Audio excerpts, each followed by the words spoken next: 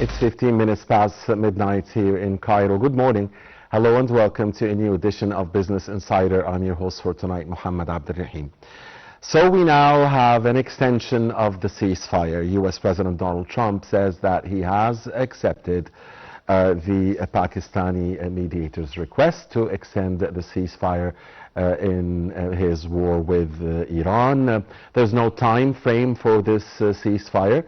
Trump said a couple of hours ago that he was not in a rush, that the reports about the 3 to 5 day ceasefire limit are incorrect, and that he is very happy with the situation as is, and that he believes that the siege, the blockade he has executed on Iranian ports and on Hormuz is working effectively, and that Iranians will suffer from that blockade more than they will from bombardments. So does that mean that the threat to target the oil and energy facilities in Iran is off the table? Well, we're hearing some new stuff now from the U.S. president, and now he says he's not in a rush. There's not even a time frame for the war, and that is not even true that he wants to end the war before the congressional elections in November. So a new attitude from the U.S. president. Of course, the Iranians have said that this truce is meaningless.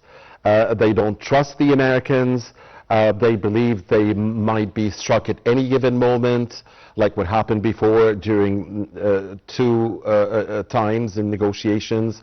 And they say that they will not come to the negotiating table unless the blockade on Hormuz is lifted and the blockade on Iranian ports is lifted. Now, the very interesting thing about Hormuz is that at the beginning of the war, Iran shut the Strait of Hormuz, and Mr. Trump had put the opening of the Strait of Hormuz, installed it as a condition for stopping and halting the military attacks. And then he celebrated its opening when it was announced by Iranian Foreign Minister Abbas Araghchi a few days back. And now he is saying that he wants Hormuz shut. He wants Hormuz closed. The Hormuz that he wanted open as a condition for stopping military hostilities and attacks. Of course, Hormuz was not an issue before the American-Israeli-Iranian war. Now it is a very important issue. In fact, it is controlling the global energy markets. So we'll be talking Hormuz and the American-Israeli-Iranian truce at the moment with our dear distinguished guest here with us in the studio, Dr. Ahmed Ishak, the political and economic analyst. Dr. Ishak, good morning. Sorry for keeping you up so late. Thank you for being with us here. And let's start, before we talk about Hormuz and the strange shift or the shift in Mr. Trump's stance regarding Hormuz and whether the blockade is working, I want to ask you first about the ceasefire. How do you see the Pakistani efforts in succeeding to extend the ceasefire, and what does it mean at the moment in the struggle, in the conflict? Good morning, Mr. Mohammed. It's a pleasure here to be with you, first of all, and thank you for taking me. About the ceasefire, I guess it was very important for both sides to extend the ceasefire, as according to the Pakistani proposal, in order to, as Mr. President, as President Donald Trump announced that, in order to receive a detailed and proposal from the Iranian about a final agreement for the ceasefire. In my point of view, maybe the extension had happened due to the great gap between both sides about both agendas of the agreement, because each of them has a different agenda, and even after the war and after a round of the negotiation that had held about 10 days before, there is still a great gap between both sides. As maybe they are focusing about one of the main problem or main gaps between the both sides is the enrichment Right. of the uranium, because American till the moment are insisting for a zero enrichment of the Iranian for the uranium. On the other side, the Iranian are considering the enrichment of the uranium as a matter of sovereignty of the Iranian. So it was one of the main challenges between both sides. Also, especially zero enrichment is for the uranium. It's very hard because the enrichment of the uranium would be helpful for them in many fields like industry, medicine, and many other fields. So they are considering this condition as a condition for stopping the progress and the developing of the country. So as a result, this was one of the main challenges for the agreement. The other main challenge for the agreement is also the unification of arenas, or the unification of the squares, because as we found that the Iranian are insisting that ceasefire would include the Lebanon also, and as a priority for the Iranian, Right. they are not accepting any kind of splitting of the arenas, or because they are considering their one of the advantages or one of the main strengths of the Iranian strategy is the unification of arenas, or the unification of the squares with its hands in the region, like in Gaza, Lebanon, Iraq, Yemen. So it's a priority for the Iranian to, in case of reaching a ceasefire, to include all its hands in the region, especially in Lebanon. A third point of challenge between the Iranian and American is the ballistic missiles, Right. and its limits, because the American are insisting to eliminate or stop this program. On the other side, the Iranian are considering this point, especially this point, as a kind of self-defense and protecting the Iranian regime against any kind of threat and strikes against American or Israeli.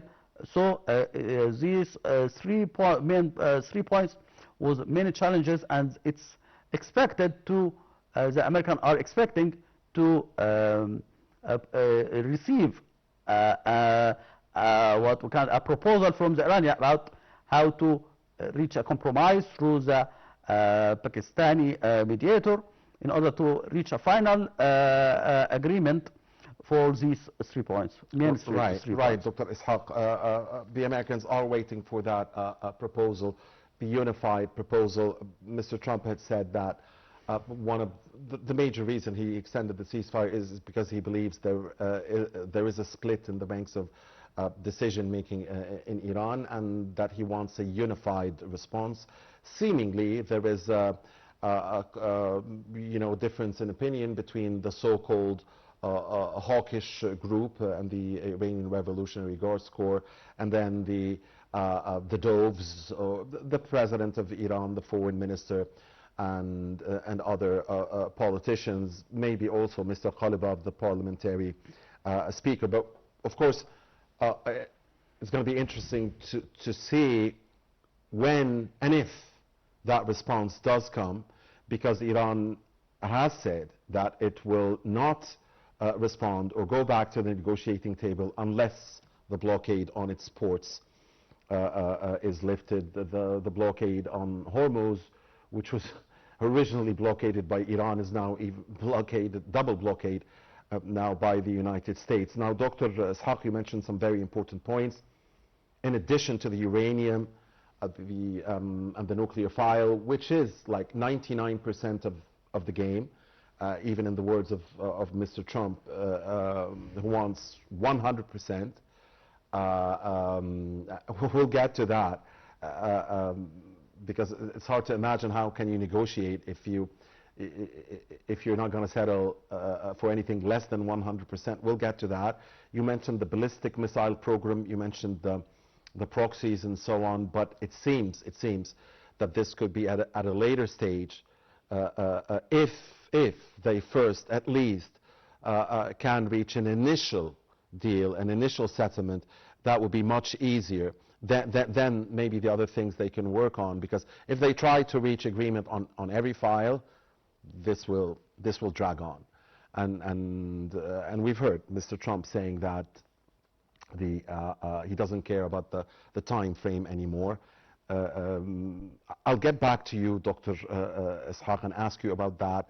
Trump tried to take away the Hormuz cards from Iran. Now he's trying to take maybe the time frame card as well from Iran. Will he succeed? I'll get back to you and listen to your opinion.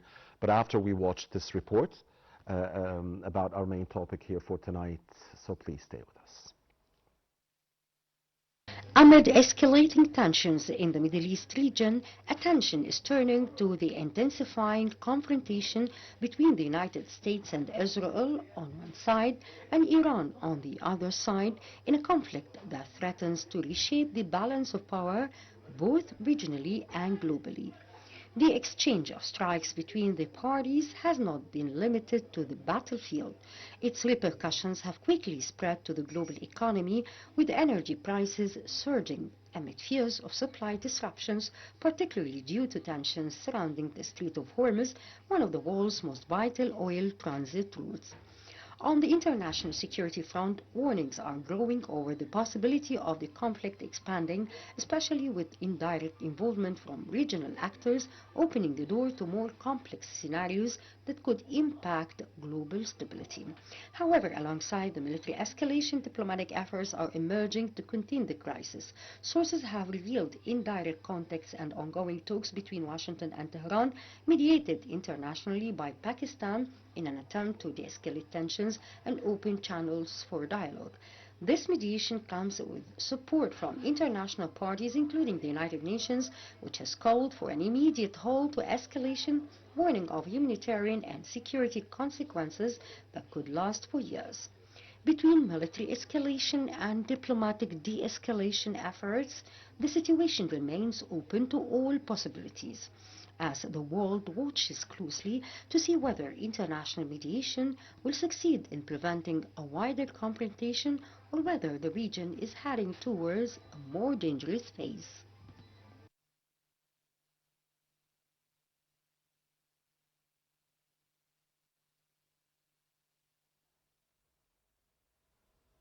Thank you very much, Abir Hussein, for this report, and thank you for staying with us. You're still watching Business Insider with Dr. Ahmed Ishak, the political and economic expert. So, Dr. Ishaq, before the break, we'll get to Hormuz and we get to the oil prices. Seemingly, the market doesn't like a lot that ceasefire, that truce, because oil prices, in fact, for the first time after a ceasefire announcement, went up and not down. But I'll get back to that. Now, before the report, we were talking about the Hormuz card and the time frame card. Is Mr. Trump trying to change the rules of the game? Is this a new chess game, or is this because seemingly he found out that the original plan wasn't working, so now he's trying to mess up with the Iranian cards, Hormuz and the time pressure, and he's saying he doesn't care about first, you don't remember when he said Hormuz has to be open for strikes to stop? Now he says, now he's doubling down on the blockade. And remember when he said they have to come to the negotiating table, now they have 2 days, then they have 5 days, and so on. Now he's saying, I don't care. Let this drag on. So Is he changing the rules of the game? What's happening? Please explain to us. And will this work, in your personal opinion? Very good question. Really, it's in this point we've by the beginning of the war, the Iranian had played with the Strait of Hormuz as a very good card for the Iranian interest, as they had a full blockade for the Strait of Hormuz that create a great pressure for the whole international economy, that raised the oil prices, that affected on the American market, and the price of the gallon in the American market, that affected on the prices of goods, services, all over the world, even on the American. So by the beginning of the war, of this war, this card the Iranian had played with this card very good. Now after in these last days, the American, or the president, US American Donald Trump, had a very good idea. Okay, blockade with blockade, double blockade. No one would cross the Strait of Hormuz. Blockade for the international vessels, and also for the closing and making a blockade for the all ports of the Iranian ports. It seems it works. It seems it would be likely. It's a very effective till the moment. So let me stop you here, Dr. Ishak, please. So at the beginning, the winner from the Hormuz card was Iran, because it had took, as some said, the global economy and the global energy market hostage. But after the double blockade, the doubling down on the blockade, the US move by Mr. Trump, now he's also blockaded the Iranian ports, right? So he's depriving Iran from much of its revenues that it gets from shipping oil and out, and also some basic commodities that in trade that come via the ports to Iran. So he's strangling the economy. He's claiming that even the military and police officers are having a tough time in receiving their salaries, and he thinks this will drag on and work effectively. But there's two buts here. For this to work, this has to take a lot of time. For this to have an effect, it has to be through a score of months, let's say, not days or weeks. And the second thing is that Trump himself, by doing that, is also shooting himself in the foot in another area, because he is risking the continued rise of the oil price and the gasoline prices in America and the inflation in America, and he's also strangling his own allies, his Arab Gulf allies, his European allies, his NATO allies. He's helping Russia. He's strangling South Korea and Japan. So maybe he's only hurting Iran and China, maybe. So I mean, there is also something that Mr. Trump is losing from this double blockade, and there's the time factor. For sure, there is a lot of loss for the American. Even if this blockade is going more time, the American themselves in the U.S. market are suffering due to the rise of gasoline, rise of goods and services. It's for sure it would one of the threat for the American. But he knew a very important thing, that a solution or a final solution that would be reached required a high pressure for the Iranian.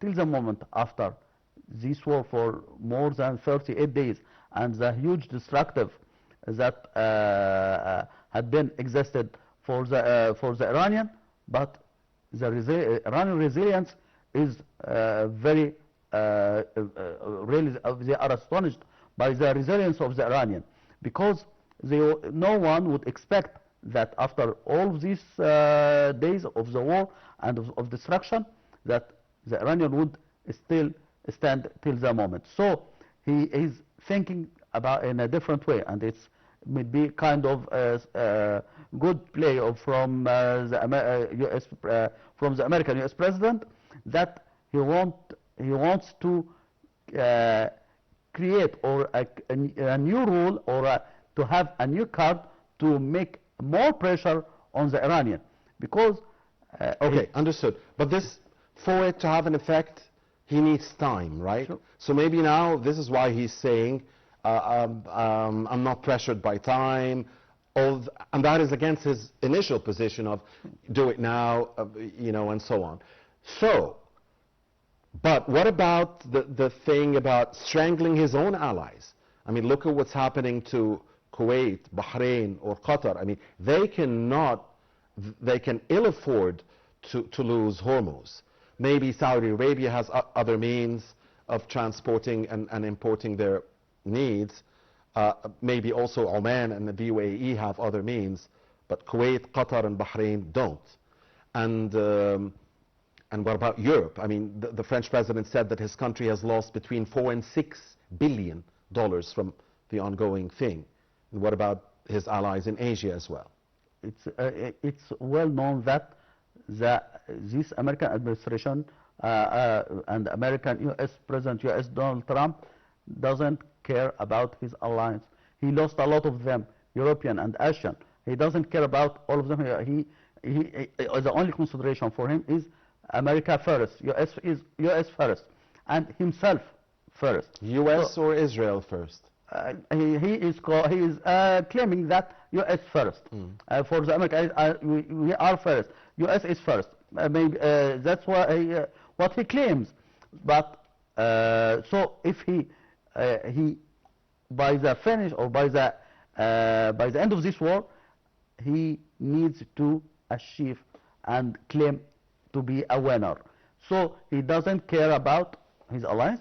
If he finds that the time or this kind of pressure on the Iranian is working and is effective, even he will lose more allies, he doesn't care. He only cares about achieve what his goals. Okay. So even if he loses allies, and even if he, but what if the Congress starts to, you know, there is this 60-day thing, and then he has the right to extend the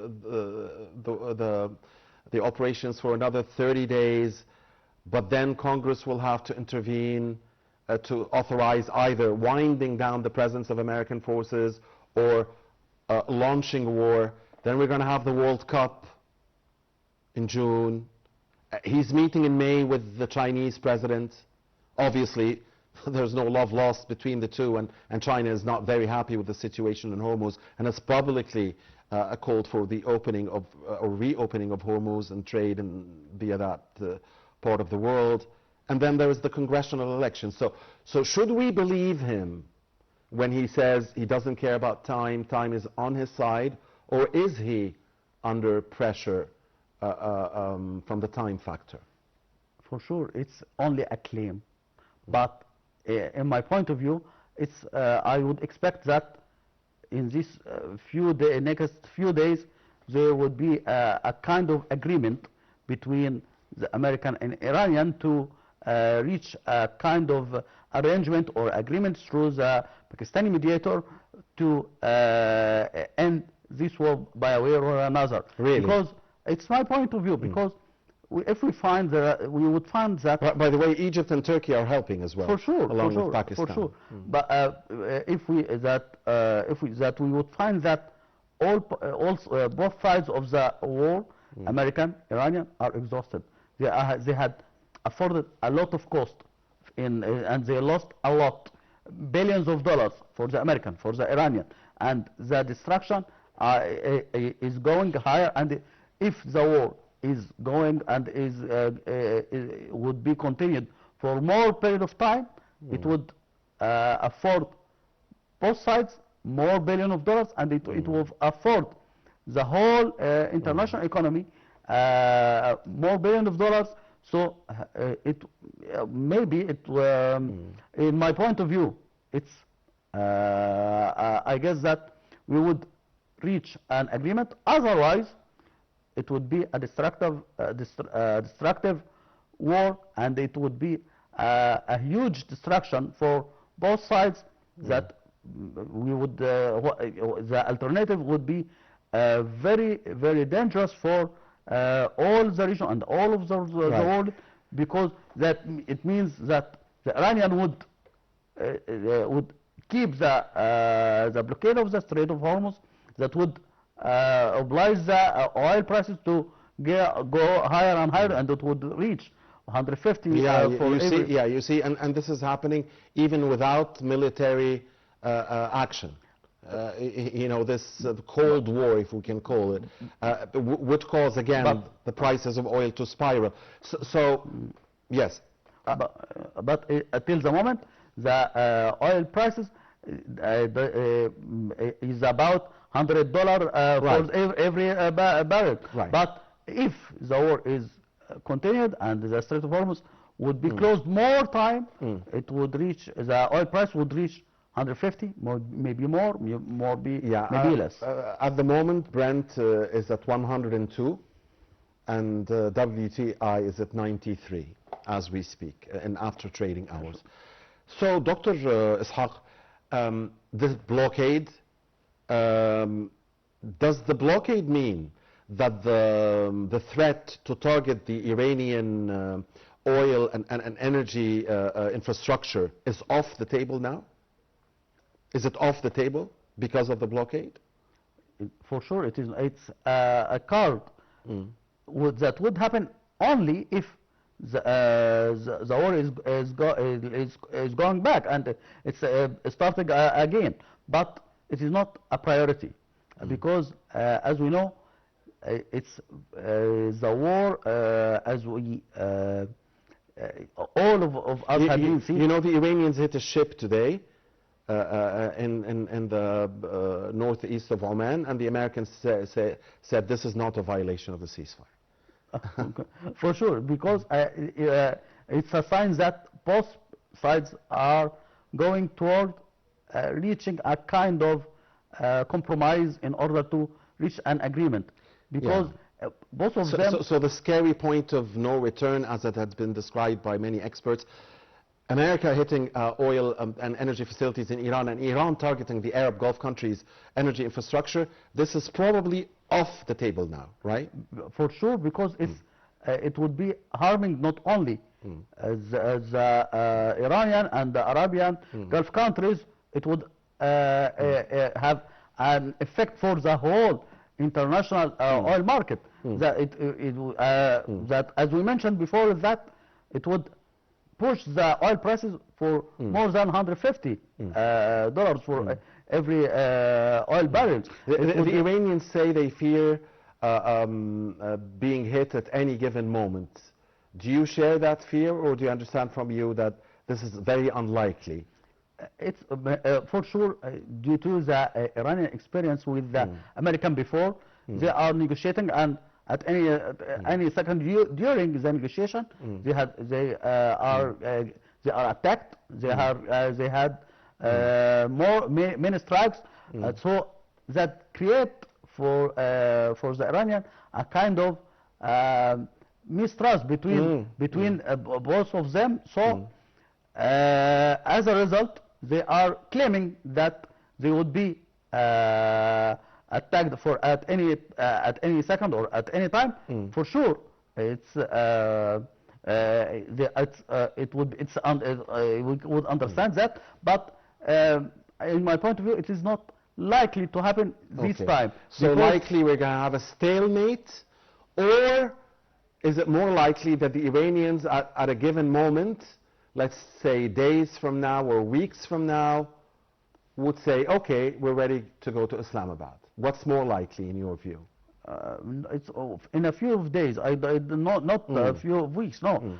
In my point of view, I guess it's very likely to be that we are close to have a kind of compromise and a kind of solution for this.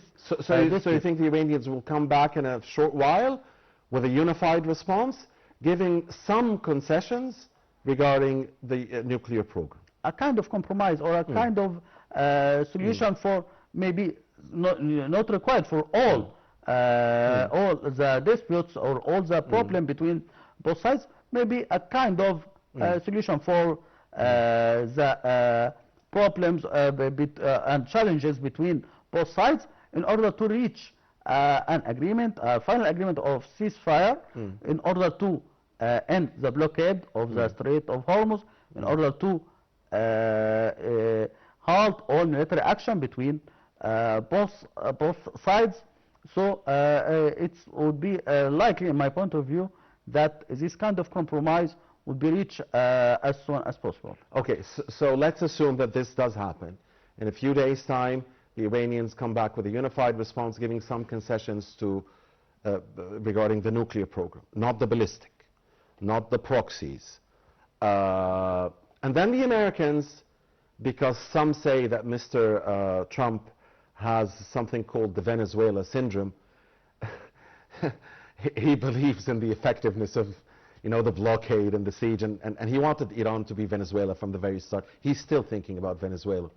So maybe the Americans would then reject the compromise given by Iran, or the concession given by Iran. Isn't that a possibility as well? Because Mr. Trump likes very much the Venezuela-like siege.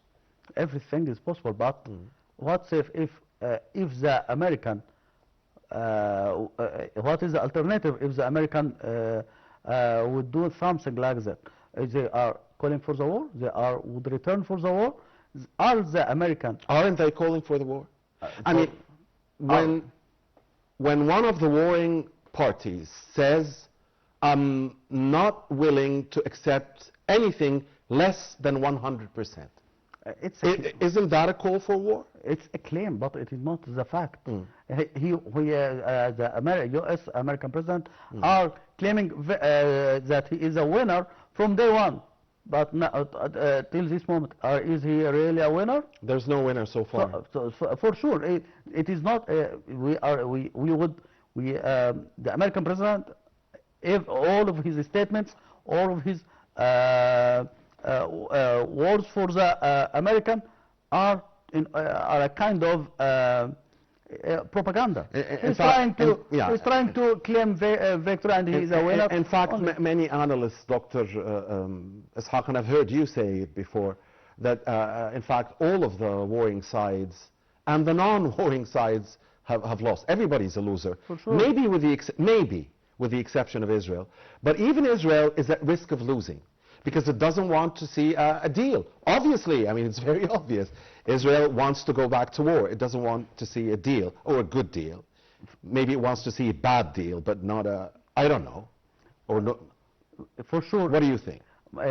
For sure, Israel is the only party of all over the world that are pushing and using all its power in order to keep the war until until the end of times. Until it had a kind of achievement or kind of its goal. It need to increase its land, or greater Israel is its target. So maybe Israel would stop the war only if it would reach a kind of a deal that brings Iran to the ground, and this is very unlikely. This is very unlikely. Maybe there is another alternative, that if Israel would keep what they say a yellow line in Lebanon and they would keep an Israeli troops inside and then it would be, they would consider that it's a kind of more land that had been gained stolen. But of course, definitely the international community is against that. That's occupation. But we'll see what the U.S. administration does. I mean, at least publicly, it says that you know, it is against officially against more land grabbing by Israel. But the Israeli ambassador, the American ambassador in Tel Aviv, is the one who is going to be overseeing the talks in Washington tomorrow with Lebanon, and he's the one, remember, who talked about so-called greater Israel. So the final question here is that we have another ceasefire that's about to expire, the Israel-Lebanon ceasefire. What do you expect will happen in that file, and how are the two going to affect each other, the Lebanon path and the Iran path? For sure, if Israel and Lebanon are reaching a deal of ceasefire, it would be a sign that American and Iranian would reach further an agreement for ceasefire. Because as the Iranian required from day one, no ceasefire in Iran without ceasefire in Lebanon. Right. So as a result, if we would see tomorrow or after tomorrow a ceasefire in Lebanon with Israel, it would be a sign that a final ceasefire would be reached between American and Iranian. All right. By the way, in continuation of the Israeli war crimes, of course, the latest was in Gaza, the genocide war on Gaza, where Israel's prime minister and his former defense minister are wanted by the International Criminal Court, continuing to violate the Gaza ceasefire deal every day. Israel today assassinated and killed yet another journalist, this time in South Lebanon. And a senior Lebanese military official said that the Israelis were bombing the area where the rescue teams were trying to get that journalist from under the ground. So Israel has killed and assassinated yet another journalist after, of course, assassinating and killing many paramedics and many women and children now in Lebanon and in Gaza as well. Thank you very much, Dr. Ahmed Ishak. Always a great pleasure to have you with us, the political analyst and the economic commentator. And sorry for keeping you up so late. Thank you very much. Thank you very much. Thank you for watching. Please stay with Nile TV.